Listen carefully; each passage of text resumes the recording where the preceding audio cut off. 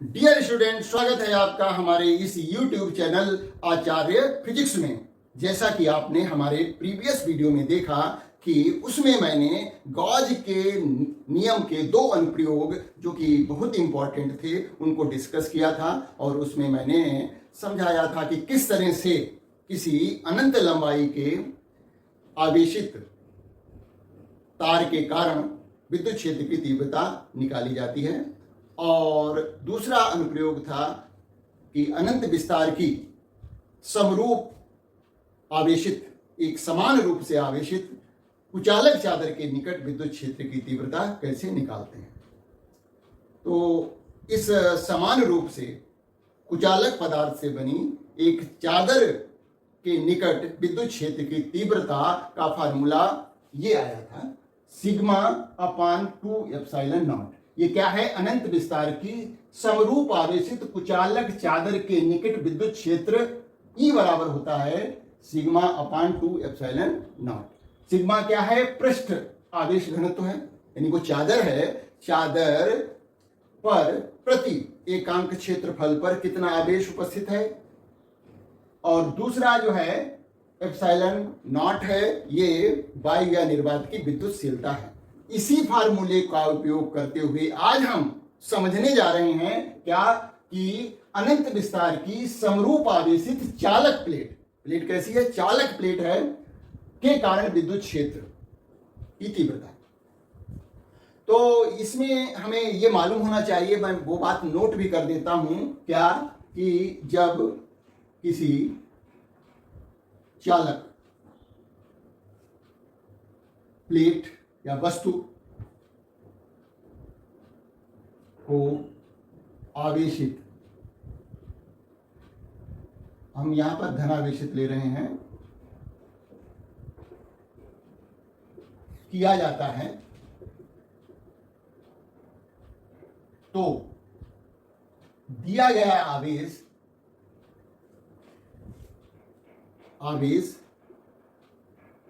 चालक प्लेट या चालक वस्तु की सतह पर समान रूप से वितरित हो जाता है। जो भी हम आवेश देंगे, धनात्मक या ऋणात्मक, वो पूरा का पूरा आवेश उस प्लेट की सतह पर समान रूप से वितरित हो जाएगा। अर्थात जो है प्लेट के अंदर के पदार्थ पर कोई आवेश नहीं रहेगा, और उसके अंदर, प्लेट के अंदर जो है विद्युत क्षेत्र की तीव्रता भी शून्य होगी, वो हम अभी देख भी लेंगे। तो जब ये दिया गया आवेश इस प्लेट की सतह पर वितरित हो गया है, अतः आवेशित प्लेट जो है, प्लेट 2 आवेशित चादरों की भांति कार्य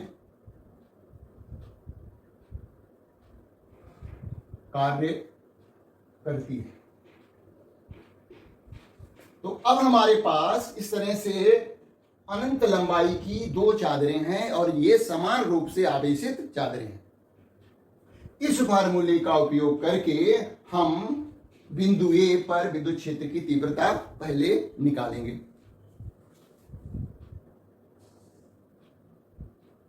चादर आवेशित प्लेट की पहली सतह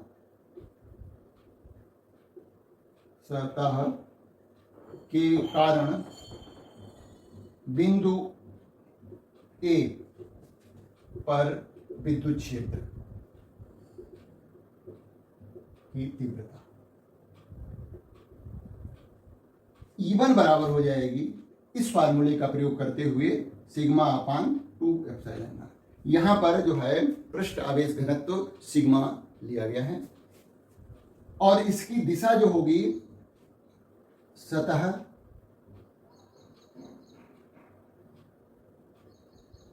से दूर बाईं से दाईं ओर।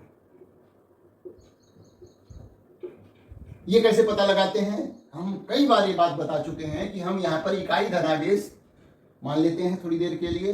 तो इस इकाई आवेश पर लगने वाली बल की दिशा को देखते हैं। तो ये पहली सतह जो है हमारी धनावेशित है, और ये धनावेशित सतह इस इकाई आवेश पर प्रतिकर्षण बल लगाएगी, जो कि बाएं से दाईं ओर की तरफ होगा।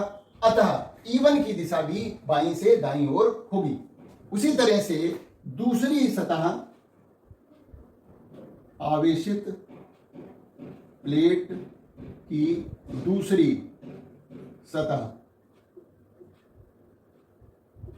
के कारण बिंदु ए पर विद्युत क्षेत्र की तीव्रता E2 बराबर हो जाएगी सिग्मा अपान 2 एप्सिलॉन नॉट, और ये भी बाईं से दाईं ओर ही होगी।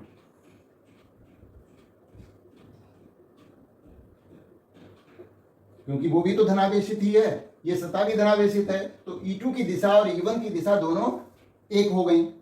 अतः परिणामी विद्युत क्षेत्र की तीव्रता जो है, परिणामी विद्युत क्षेत्र की तीव्रता E बराबर हो जाएगी E1 प्लस E2, बराबर हो गया सिग्मा अपान 2 एप्सिलॉन नॉट ये प्लस सिग्मा बटे 2 एप्सिलॉन नॉट। इसको जोड़ दीजिए तो ये हो जाएगा 2 sigma upon 2 epsilon not, 2 cut गया।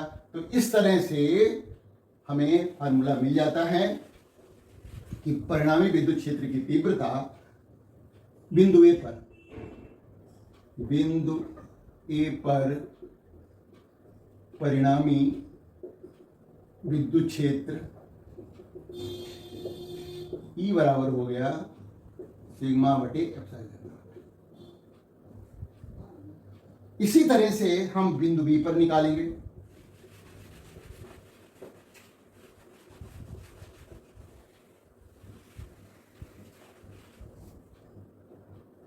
बिंदु बी पर देखिए, तो पहली सतह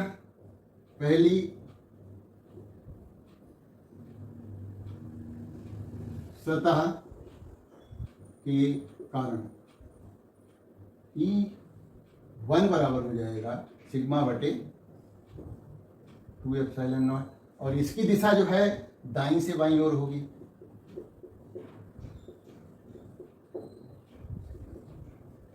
इसकी तुलना में ये इसको हम फिर ऋणात्मक ले लेंगे, क्योंकि जो हमने बाईं से दाईं ओर की दिशा को धनात्मक लिया है, तो दाईं से बाईं ओर की दिशा को ऋणात्मक ले लेंगे। दूसरी सतह के कारण विद्युत क्षेत्र E2 बराबर हो जाएगा 2 एप्सिलॉन नॉट। देखिए यहां पर जब हम धनात्मक आवेश रखेंगे तो पहली सतह के कारण भी प्रतिकर्षित होगा, दूसरी सतह के कारण भी प्रतिकर्षित होगा, जैसा कि इधर हो रहा था। तो दिशा जो होगी E1 E2 की, वो दाहिनी ओर से बाईं ओर की तरफ होगी। उसको हमने ऋणात्मक लिया है। तो परिणामी विद्युत क्षेत्र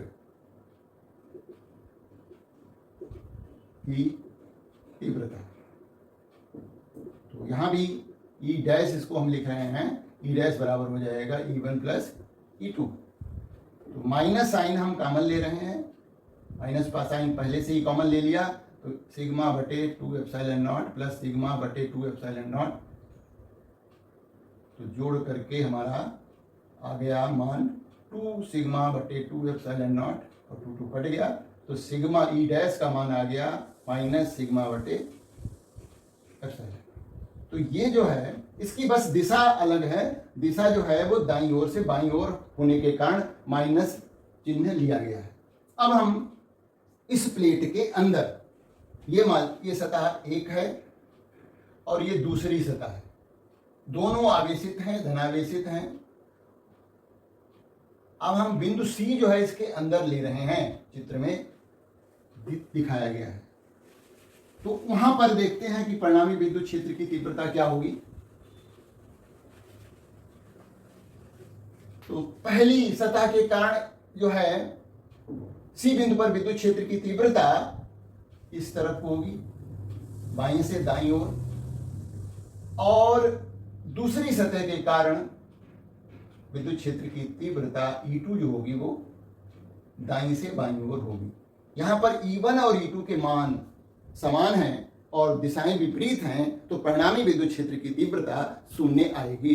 तो हमें याद रखना है, किसी आवेशित चालक पदार्थ है, वस्तु है या प्लेट है, उसके अंदर विद्युत क्षेत्र की तीव्रता हमेशा शून्य होती है। चालक प्लेट होनी चाहिए, चालक वस्तु होनी चाहिए। ठीक है, तो इस तरह से बिंदु सी पर पहली आवेशित सतह के कारण विद्युत क्षेत्र E1 बराबर हो गया सिग्मा बटे 2 एप्सिलॉन नॉट। इसकी दिशा जो है बाईं से दाईं ओर है,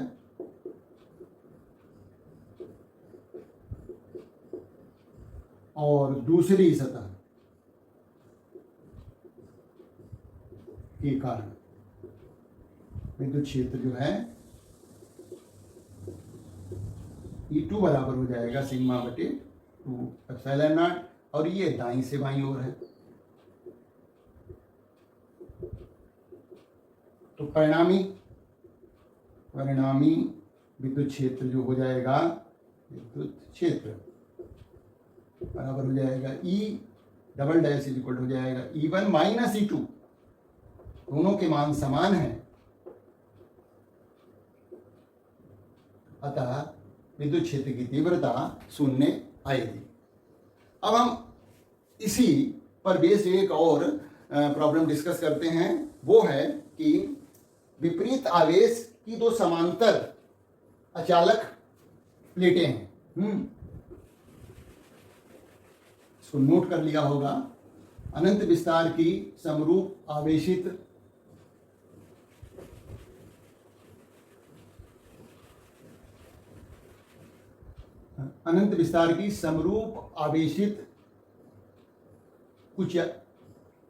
समरूप आवेशित दो कुचालक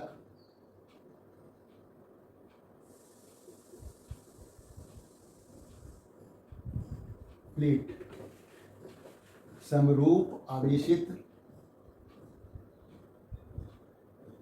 दो कुचालक प्लेटों के निकट विद्युत क्षेत्र की तीव्रता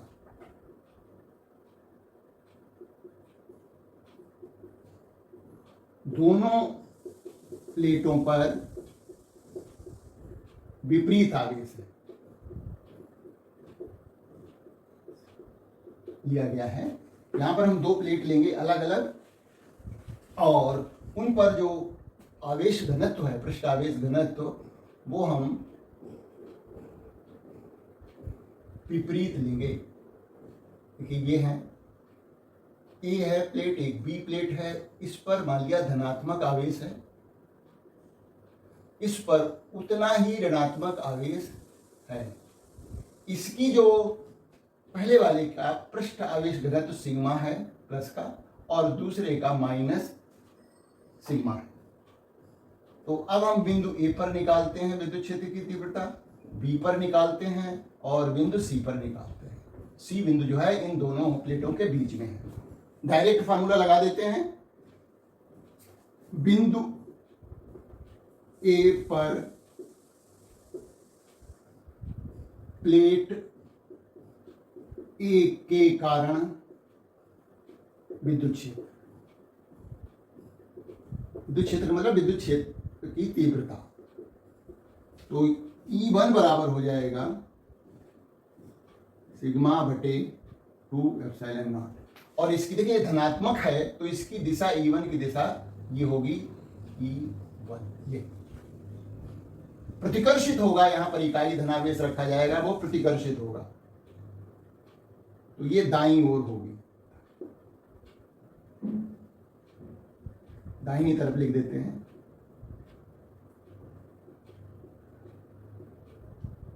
बाएं से दाएं ओर।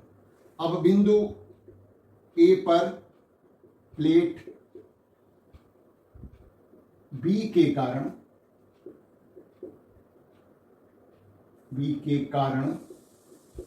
यहां पर बिंदु हम बदल देते हैं, क्योंकि ये भी प्लेट, ये पी ले लेते हैं, इसको क्यू ले लेते हैं, इसको आर ले लेते हैं, तो ज्यादा कंफ्यूजन नहीं होगा। बिंदु ए पर है, तो बिंदु अब हमारा पी है, पी पर प्लेट कौन सी ली है, ए के कारण विद्युत क्षेत्र की तीव्रता इतनी आई। बिंदु ए पर प्लेट बी, बिंदु ए और प्लेट तो बी ही है, बिंदु कौन सा हो गया है, पी अब हो गया है। बिंदु पी पर प्लेट बी के कारण विद्युत क्षेत्र की तीव्रता E2 बराबर हो जाएगी सिग्मा बटे 2 एप्सिलॉन नॉट। लेकिन यहां पर देखिए ऋणावेश है और इसकी जो पृष्ठ घनत्व दिया गया है, आवेश पृष्ठ घनत्व, वो माइनस सिग्मा है, तो ये माइनस हो जाएगा। और दिशा इसकी जो है, हम समझ सकते हैं कि ये धनावेश जो इकाई रखा है वो इस तरफ को आकर्षित होगा, तो E2 जो है ये दिशा E हो जाएगी। ये हो गई हमारी दाएं से बाईं ओर, दाईं ओर से बाईं ओर हो गई। तो दोनों E1 E2 विपरीत दिशा में हैं, मात्रा समान है, तो परिणामी विद्युत क्षेत्र जो हो जाएगा, परिणामी विद्युत क्षेत्र आसान सा है, E बराबर हो जाएगा E1 माइनस E2, और ये सिग्मा अपान एप्सिलॉन नॉट है।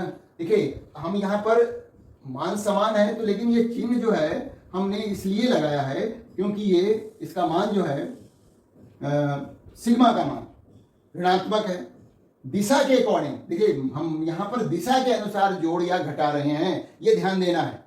दिशा के अनुसार जोड़ घटाने पर इसका चिन्ह जो है नहीं लिया जाएगा दिशा, क्योंकि ये जो है विद्युत क्षेत्र जो है, विद्युत क्षेत्र की तीव्रता जो है एक सदिश राशि है, और सदिशों का योग जो है दिशा के अनुसार होता है। दिशाएं विपरीत होने की वजह से हम इनको घटा करके इसका परिणामी मान प्राप्त करेंगे। इस तरह से ये शून्य आ जाएगा, इधर विद्युत क्षेत्र की तीव्रता शून्य आ जाएगी। इसी प्रकार खुद आप लोग कर सकते हैं, इसी प्रकार बिंदु Q पर परिणामी विद्युत क्षेत्र जो है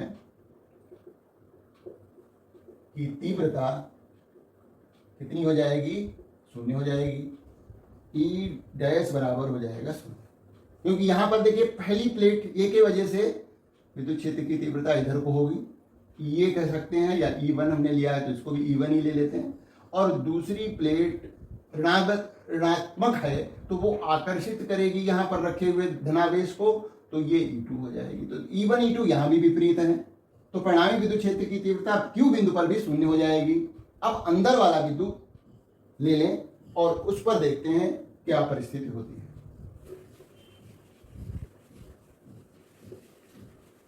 देखिए यहां पर बिंदु R पर पहली प्लेट जो कि धनात्मक है, ये प्लेट, उसके कारण विद्युत क्षेत्र की तीव्रता E1 इधर को हो जाएगी। दूसरी प्लेट ऋणात्मक है, तो यहां पर रखा हुआ धनावेश प्लेट B की तरफ आकर्षित होगा, तो E2 की दिशा ये हो गई। तो E1 और E2 दोनों एक ही दिशा में हैं, तो परिणामी विद्युत क्षेत्र की तीव्रता इनका योग करके ज्ञात करेंगे। तो बिंदु R पर प्लेट A के कारण विद्युत क्षेत्र E1 बराबर है सिग्मा बटे 2 एप्सिलॉन नॉट, और ये बाईं से दाईं ओर है, और प्लेट B के कारण विद्युत क्षेत्र E2 बराबर है सिग्मा बटे 2 एप्सिलॉन नॉट, ये जो है बाईं से दाईं ओर ये भी है, दोनों की दिशाएं समान हैं, अतः परिणामी विद्युत क्षेत्र E डबल डैश बराबर हो जाएगा E1 प्लस E2 सिग्मा बटे 2 एप्सिलॉन नॉट प्लस सिग्मा बटे 2 एप्सिलॉन नॉट। तो 2 सिग्मा बटे 2 एप्सिलॉन नॉट, तो 2 कट जाएगा, तो ये है सिग्मा बटे एप्सिलॉन। ये हमें आगे चल करके ये फार्मूला हम प्रयोग करेंगे जब हम संधारित्र यानी कैपेसिटर को डिस्कस करेंगे, क्योंकि कैपेसिटर में एक प्लेट धनावेशित होती है, दूसरी ऋणावेशित होती है, और दोनों प्लेटों के मध्य हमें विद्युत क्षेत्र की तीव्रता निकालनी होती है। अब हम अपना अगला जो है अनुप्रयोग डिस्कस करेंगे, और वो है किसी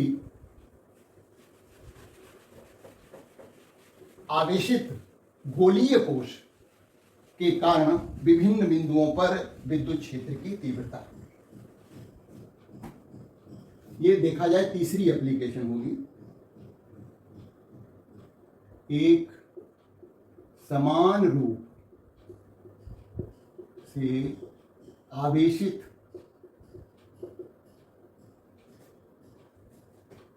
गोलीय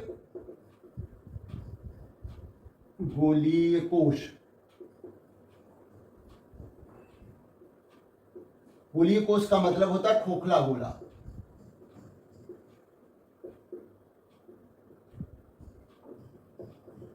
और ये गोला जो है गोलीय कोश खोखला गोला होता है। ये चाहे चालक हो, पदार्थ का बना हो, अचालक हो,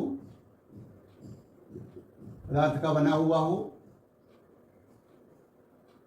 एक समान रूप से आवेशित गोलीय कोश चालक या चालक के कारण विद्युत क्षेत्र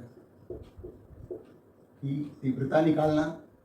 तो यहां पर हमने देखिए हमने ये खोखला गोला लिया हुआ है, और साथ में एक और भी बात यहां पर हम नोट कर देते हैं, चाहे चालक जो है पदार्थ का बना चालक ठोस गोला हो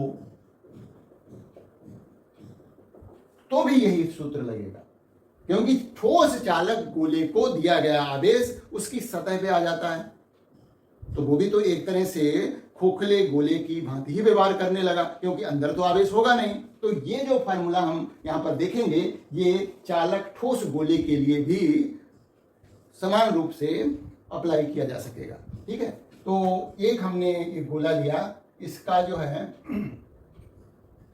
इसकी त्रिज्या हमने r ले ली है, और इसके बाहर कोई बिंदु हम ले रहे हैं, पहले बिंदु P है जो कि बाहर है।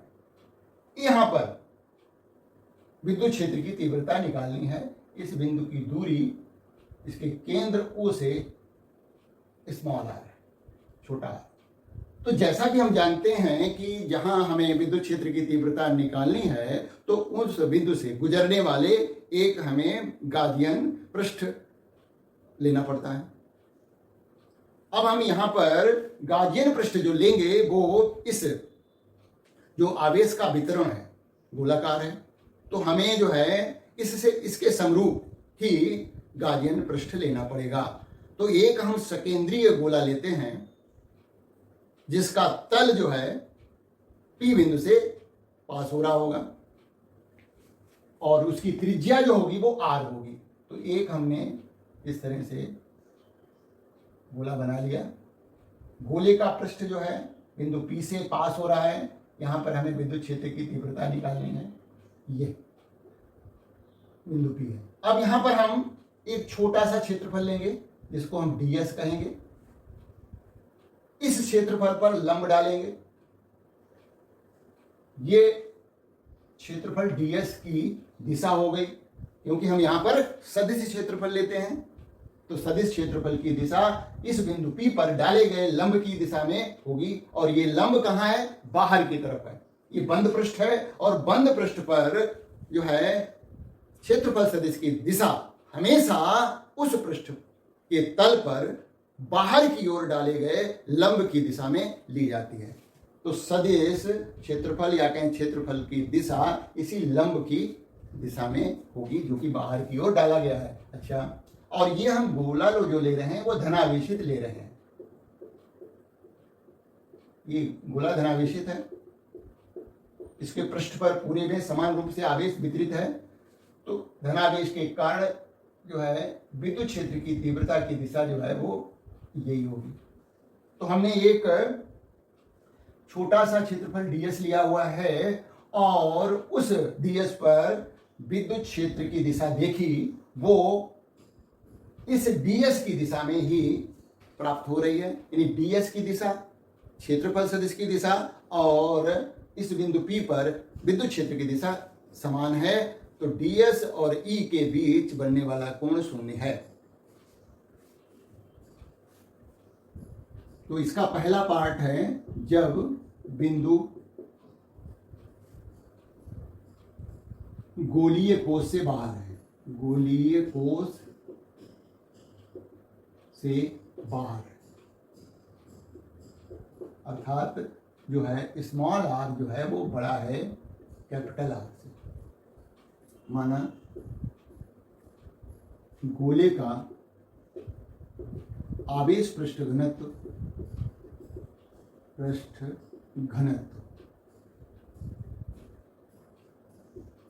सिग्मा बराबर क्या होता है, Q, जो इसको आवेश दिया गया है Q बटे इसका गोले का पृष्ठीय क्षेत्रफल 4 पाई r। तो इससे हम Q निकाल सकते हैं, जहां जरूरत पड़ेगी वो तिरछी गुणा कर लें, तो सिग्मा गुणा 4 पाई r स्क्वायर, ये Q का मान हो गया। यहां पर गाजियन पृष्ठ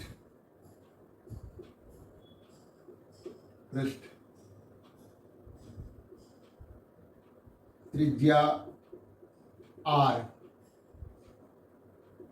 का एक सकेंद्रीय गोला लिया गया है और ये बिंदु P से पास हो रहा है, जहां पर हमें विद्युत क्षेत्र की तीव्रता ज्ञात करनी है। अतः गाजियन पृष्ठ के अति सूक्ष्म क्षेत्रफल ds से गुजरने वाला फ्लक्स जो होगा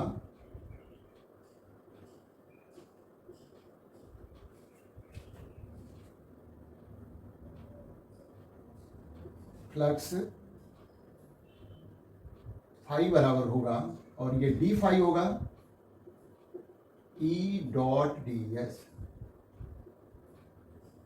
हमें तो पूरे क्षेत्रफल से, इस गोले के पूरे क्षेत्रफल से जो है निकलने वाला, गुजरने वाला विद्युत फ्लक्स निकालना है, तो हम गॉस का नियम लगा करके निकाल सकते हैं। पूरे गोले के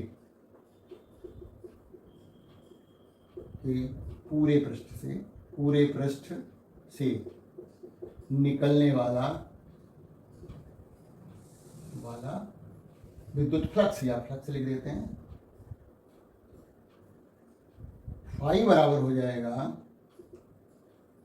समाकलन करेंगे, बंद पृष्ठ है तो एक यहाँ पर ये सर्किल बना देंगे, E डॉट ds करेंगे और ये होगा Q बटे एप्सिलॉन। ये गॉस के प्रमेय से, गॉस के नियम से हमें मालूम है कि E डॉट ds यानी फ्लक्स जो होता है वो Q बटे एप्सिलॉन नॉट के बराबर होता है। और Q क्या है, उस गाजियन पृष्ठ के अंदर मौजूद कुल आवेश की मात्रा, वो Q है। हम आगे इसको देखते हैं कि देखिए पृष्ठ के, ये जो गाजियन पृष्ठ है इसके प्रत्येक बिंदु पर E का मान समान होगा। तो E का मान समान है, नियत है, इसलिए हम E को इस समाकलन से बाहर निकाल लेंगे। तो सबसे पहले तो हम कोण के हिसाब से इसको कर लेते हैं। तो ये हो जाएगा E D S cos 0 degree.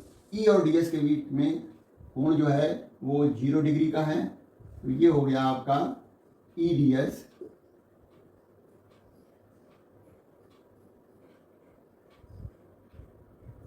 बराबर क्यू बटे एप्सिलॉन। ई बाहर है, चूंकि ई का मान पूरे सरफेस पर, पूरे पृष्ठ पर नियत है, तो हम इसको इस समाकलन के चिन्ह से बाहर निकाल सकते हैं। तो ये हो जाएगा ई और डी एस बराबर क्यू बटे डी एस क्या है, इस लिए गए गाजियन पृष्ठ का क्षेत्रफल है ना। तो ये है हमारा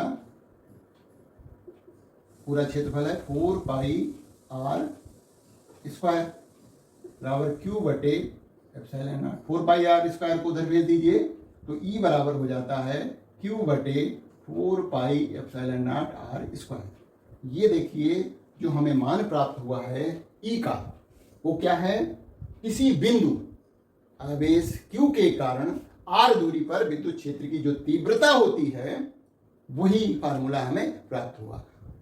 तो इससे क्या निष्कर्ष निकला? निष्कर्ष ये निकला कि इस गोलीय कोश पर जो आवेश है वो इसके पृष्ठ पर वितरित है समान रूप से, लेकिन वो इस तरह से व्यवहार करता है कि जैसे कि पूरा का पूरा आवेश इसके केंद्र ऊपर स्थित हो, क्योंकि Q आवेश जब ऊपर स्थित होगा तो बिंदु P पर विद्युत क्षेत्र की तीव्रता यही आएगी, यानी पूरा आवेश इसके केंद्र पर रख दिया जाए Q आवेश, और बिंदु P पर विद्युत क्षेत्र की तीव्रता हमें देखनी हो तो यही तो फार्मूला लगेगा। अतः गोलीय कोश के पृष्ठ पर स्थित जो आवेश है वो इस तरह से व्यवहार कर रहा है कि मानो जो है वो गोलीय कोश के केंद्र पर स्थित। अब हम यदि इसका Q का मान रख दें, हमें मालूम है कि पृष्ठ घनत्व तो ये आया था हमारा सिग्मा बराबर आया था Q बटे 4 पाई आर स्क्वायर, तो Q बराबर आया था sigma into 4 pi r square. तो ये हम Q का मान रख सकते हैं। तो E बराबर हो जाएगा सिग्मा गुणा 4 पाई आर स्क्वायर बटे 4 pi epsilon naught small r square. तो देखिए 4 पाई से 4 पाई कट जाता है तो E का मान आ जाता है सिग्मा आर स्क्वायर बटे 4 पाई कट गया है, एप्सिलॉन नॉट बचा है, एप्सिलॉन नॉट आर ये स्मॉल आर स्क्वायर। ये मान भी हम ले सकते हैं। वैसे तो ये फार्मूला हो गया, बस इतना काफी है, इसको भी लिख सकते हैं। अब हम क्या लेंगे कि ये बिंदु जो है अभी हमने इस गोलीय पृष्ठ गोलीय जो है कोश था उसके बाहर लिया था, अब हम इस बिंदु P को पृष्ठ पर लेंगे, इस गोलीय कोश के पृष्ठ पर लेंगे। अगला है जब बिंदु गोलीय कोश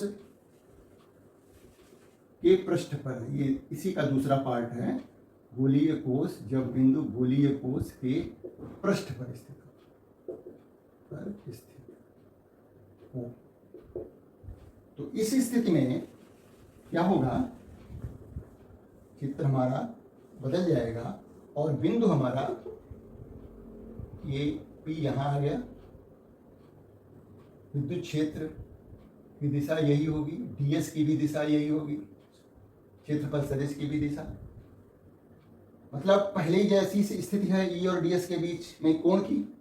तो इसी फार्मूले का उपयोग करके हम इसका सूत्र निकाल सकते हैं। तो जब बिंदु गोलीय कोश के पृष्ठ पर स्थित होगा तो क्या हो जाएगा, स्मॉल आर कैपिटल आर के बराबर हो जाएगा। तो इसी सूत्र में जो है हम रख देते हैं। तो बिंदु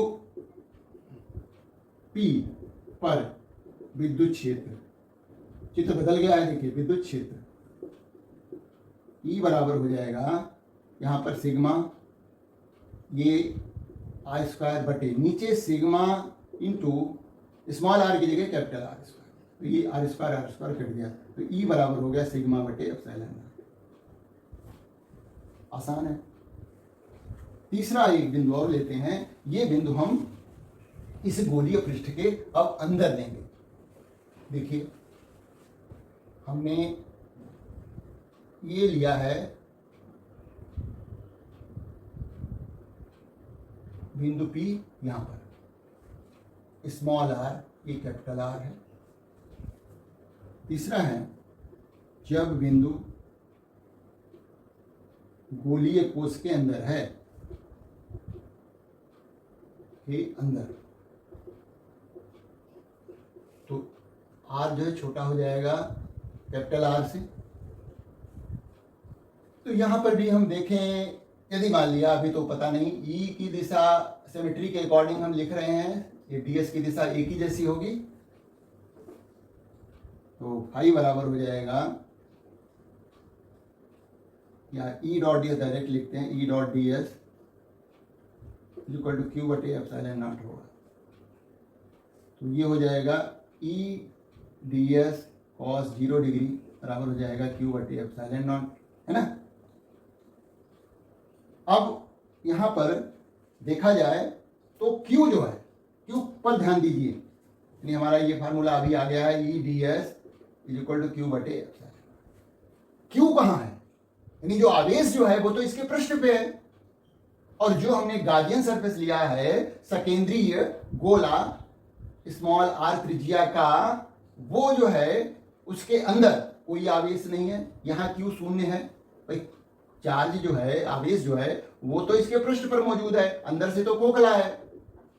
यदि ठोस गोला भी होता तो भी आवेश जो है ठोस गोले की सतह पे ही होता। तो यहां पर इसके बाद हम क्या लिख देंगे, लिया गया या लिए गए गाजियन पृष्ठ के अंदर कोई आवेश नहीं है, यानी Q बराबर शून्य है।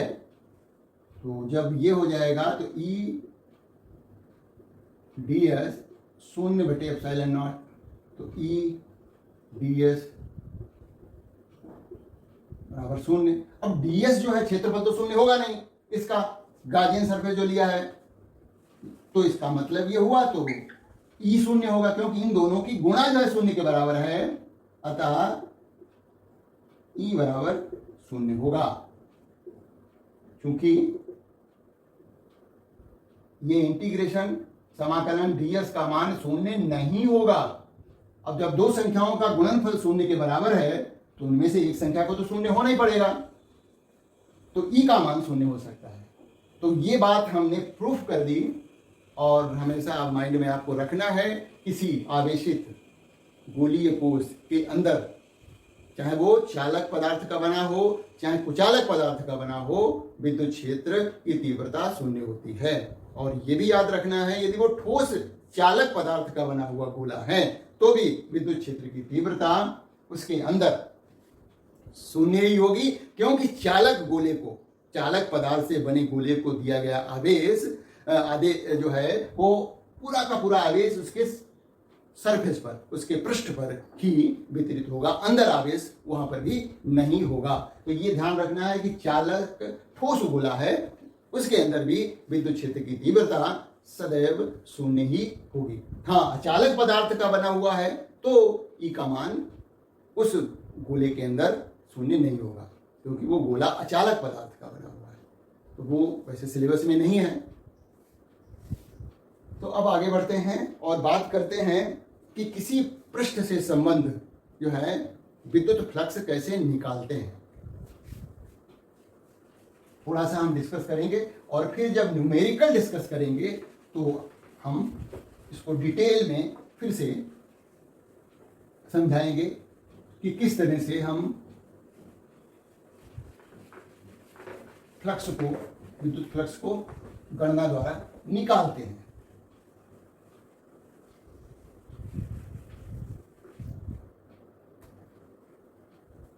किसी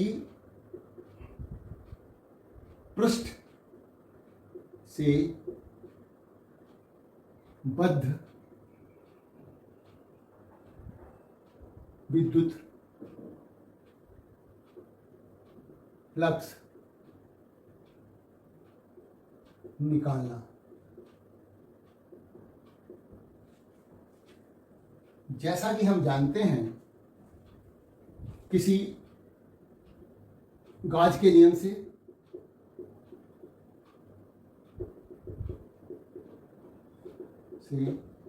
किसी पृष्ठ से बद्ध विद्युत फ्लक्स जो होता है I बराबर होता है E.ds, और हम यहाँ पर इंटीग्रेशन है, यदि वो बंद पृष्ठ है तो हम यहाँ पर एक सर्किल बना देते हैं। अब यदि पृष्ठ मान लिया इस तरह से, केवल ऐसा पृष्ठ है, ये बंद तो नहीं है, तो हम यहां पर ये मान लिया ds की दिशा हो गई, इस पृष्ठ पर डाले गए लंब की दिशा में ही सदिश क्षेत्रफल की दिशा ली जाएगी। और मान लेते हैं कि ये E की दिशा है, तो ये कोण थीटा है। कोण भी हमें मालूम होना चाहिए E और ds के बीच में, है ना। तो फाई बराबर हो जाता है हमारा E ds cos थीटा। तो इस सूत्र का प्रयोग हम बार बार करेंगे, है ना। यदि हमारा क्षेत्रफल नियत है, जैसे मान लिया ये है क्षेत्रफल दिया हुआ है, A क्षेत्रफल है, तो जब ds की वैल्यू A हो जाएगी तो फार्मूला फाई बराबर हो जाएगा E A cos थीटा। क्योंकि ये ds का हम ऐसे लिख सकते हैं कि कुल क्षेत्रफल, यदि छोटा सा यहाँ पर ds लें और फिर पूरा क्षेत्रफल का इंटीग्रेशन करें, पूरे क्षेत्रफल को निकालें इंटीग्रेशन से, समाकलन से, तो वो a ही आएगा।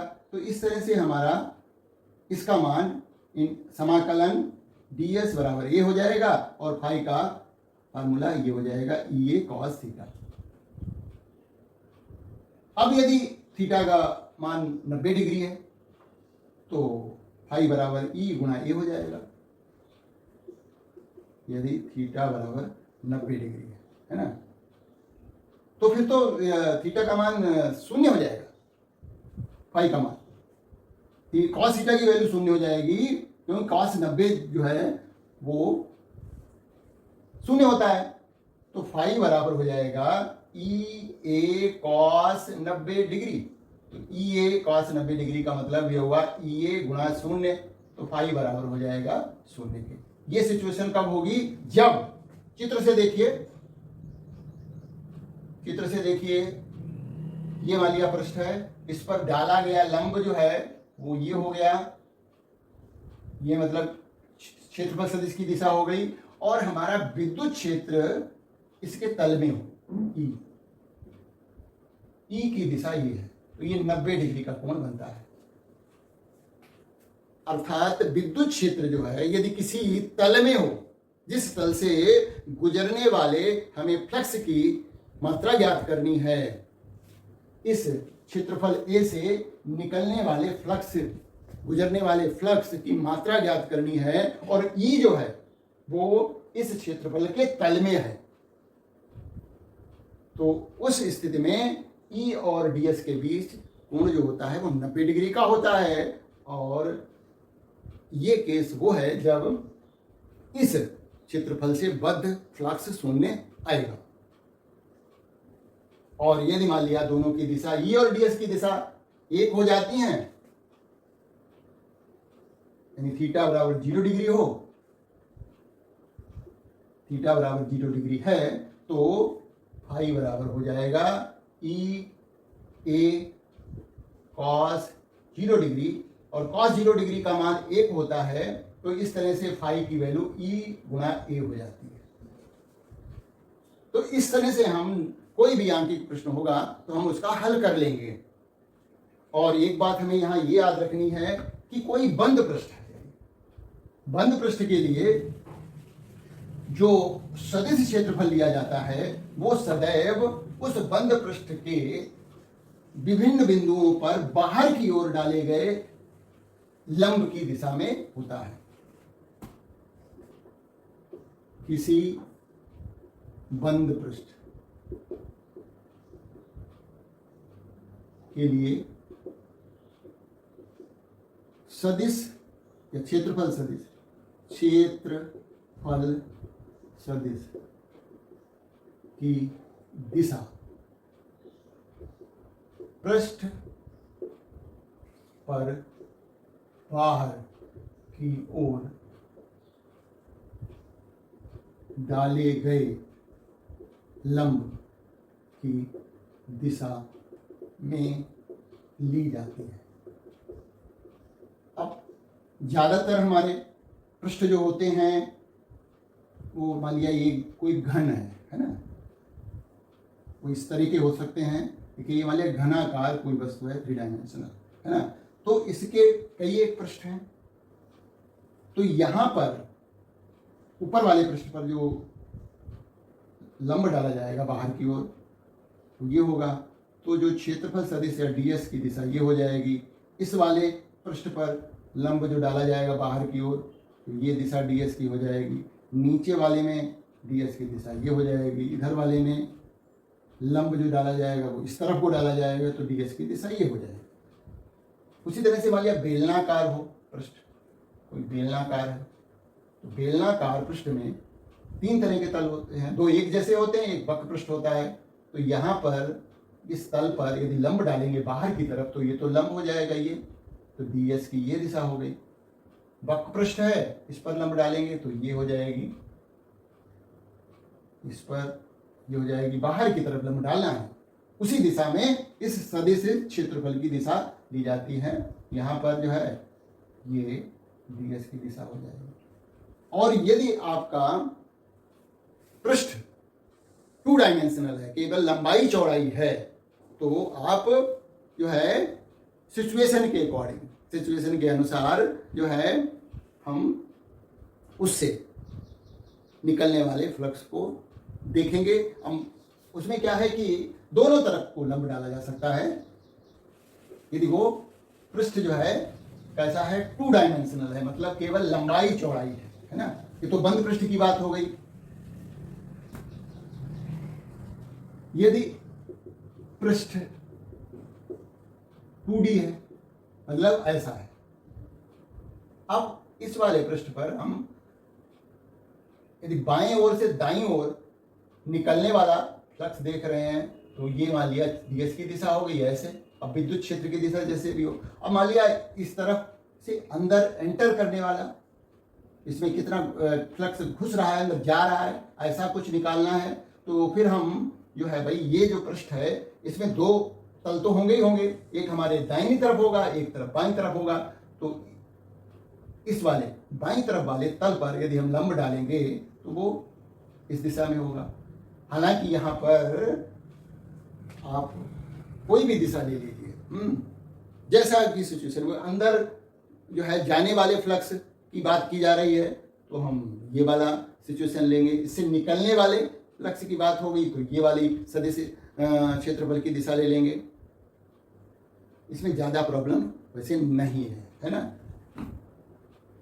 तो हमें जो है इसको हम एक जो है वेक्टर मेथड से भी अगले वीडियो में हम सदिश क्षेत्रफल सदिश को वेक्टर सदिशों के द्वारा भी दिखाएंगे जब हमारा ये 2 डायमेंशनल पृष्ठ होगा।